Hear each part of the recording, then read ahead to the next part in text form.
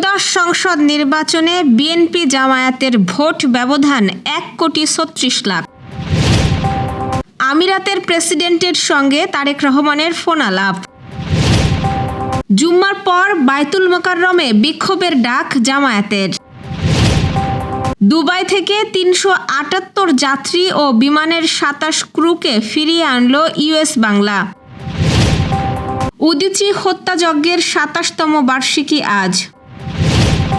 মহেশপুরে নবনির্বাচিত এমপিকে গণসংবর্ধনা প্রদান। নারী এশিয়ান কাপে উত্তর কোরিয়ার কাছে 5-0 গোলে হার বাংলাদেশের। দর্শক, শুনছিলেন দিনের শীর্ষ খবরের প্রধান শিরোনাম। এবার বিস্তারিত। তার আগে আমাদের ইউটিউব চ্যানেল সাবস্ক্রাইব করুন এবং সব খবর পেতে ফেসবুক পেজ ফলো করে রাখার পাশাপাশি ওয়েবসাইট ভিজিট করুন।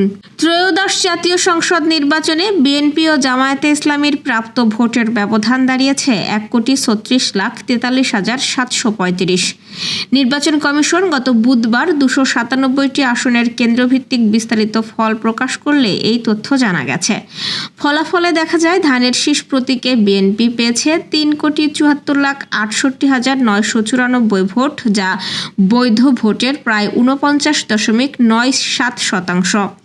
অন্যদিকে দাঁড়িপাল্লা প্রতীকে জামায়াতে ইসলামী পেয়েছে 2,38,25,259 ভোট, যা প্রায় 31.77%। আসন হিসেবে বিএনপি পেয়েছে 211টি এবং জামায়াত 68টি আসনে জয়লাভ করেছে। 299টি আসনে 42,651টি কেন্দ্রে ভোট গ্রহণ করা হয়। মোট ভোটার ছিল 12,72,98,000-এর বেশি।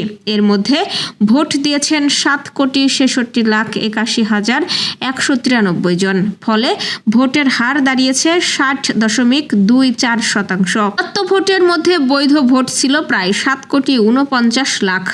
নির্বাচনে 50টি রাজনৈতিক দল ও স্বতন্ত্র মিলিয়ে মোট 2,028 জন প্রার্থী অংশ নেন। এর মধ্যে 1,347 জন প্রার্থী জামানত হারিয়েছেন। সবচেয়ে বেশি ভোট পড়েছে চুয়াডাঙ্গা 2 আসনে 78.27% এবং সবচেয়ে কম ভোট পড়েছে ঢাকা 12 আসনে 37.42%। এছাড়া 2টি আসনের ফলাফল আদালতের মামলা নিষ্পত্তির পর ঘোষণা করা হবে। সংযুক্ত আরব আমিরাতের প্রেসিডেন্ট শেখ মোহাম্মদ বিন জায়েদ আল নাহিয়ানকে বাংলাদেশ সরকারের পক্ষ থেকে ফোন করা হয়েছে। বৃহস্পতিবার টেলিফোনে প্রধানমন্ত্রী তারেক রহমান ইরানের হামলার নিন্দা জানিয়েছেন। তিনি বলেন, ইরান ইউএস ও অঞ্চলের অন্যান্য দেশের লক্ষ্য করে যে হামলা চালিয়েছে তা স্পষ্টভাবে নিন্দনীয়। প্রধানমন্ত্রী আরও বলেন, বাংলাদেশের পক্ষ থেকে একই সঙ্গে বলা হয়েছে, ইউএই তার সার্বভৌমত্ব, নিরাপত্তা ও নাগরিকদের সুরক্ষা নিশ্চিত করার জন্য যে পদক্ষেপ নিচ্ছে তাতে বাংলাদেশ সম্পূর্ণভাবে সমর্থন প্রকাশ করছে। ত্রয়োদশ জাতীয় সংসদ নির্বাচনে ইলেকশন ইঞ্জিনিয়ারিংয়ের অভিযোগ তুলে সাবেক উপদেষ্টা সৈয়দা রেজওয়ানা হাসান ও ডক্টর খলিলুর রহমানকে গ্রেপ্তারের দাবিতে বিক্ষোভের ডাক দিয়েছে বাংলাদেশ জামায়াতে ইসলামী। আজ সকালে দলের ভেরিফাইড ফেসবুক পেজে দেওয়া এক পোস্টে জানানো হয়, জুমার নামাজের পর রাজধানীর বায়তুল মোকাররম জাতীয় মসজিদের উত্তর গেটে বিক্ষোভ মিছিল ও সমাবেশ অনুষ্ঠিত হবে। এতে ঢাকা মহানগর থানা ও ওয়ার্ড পর্যায়ে নেতাকর্মীদের অংশ নিতে আহ্বান জানানো হয়েছে।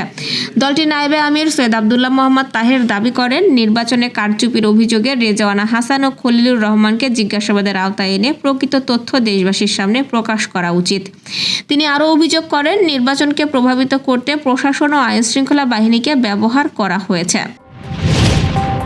মধ্যপ্রাচ্যের চলমান অস্থিরতার মধ্যে সংযুক্ত আরব আমিরাত থেকে 378 জন যাত্রী ও বিমান বাংলাদেশ এয়ারলাইন্সের 27 জন ফ্লাইট ক্রুকে দেশে ফিরিয়ে এনেছে ইউএস বাংলা এয়ারলাইন্স। গতকাল একটি বিশেষ ফ্লাইট ঢাকার হজরত শাহজালাল আন্তর্জাতিক বিমানবন্দরে অবতরণ করে। ইউএস বাংলা জানিয়েছে, যুদ্ধ পরিস্থিতির কারণে 28 ফেব্রুয়ারি থেকে ওই ফ্লাইট ক্রুরা ইউএতে আটকে ছিলেন। আটকে পড়া বাংলাদেশিদের সহায়তার অংশ হিসেবে 436 আসনের এয়ারবাস A330 থেকে 300 উড়োজাহাজে 2টি বিশেষ ফ্লাইট পরিচালনা করা হচ্ছে। এর একটি গতকাল ঢাকায় পৌঁছেছে, আর একটি ফ্লাইট শুক্রবার সকালে অবতরণ করার কথা। যশোরে উদীচী হত্যাযজ্ঞের ২৭তম বার্ষিকী আজ। ১৯৯৯ সালের এই দিনে যশোর টাউন হল ময়দানে বাংলাদেশ উদীচী শিল্পগোষ্ঠীর দ্বাদশ জাতীয় সম্মেলনের অনুষ্ঠানে নারকীয় বোমা বিস্ফোরণের ঘটনায় নিহত হয়েছিলেন ১০ জন।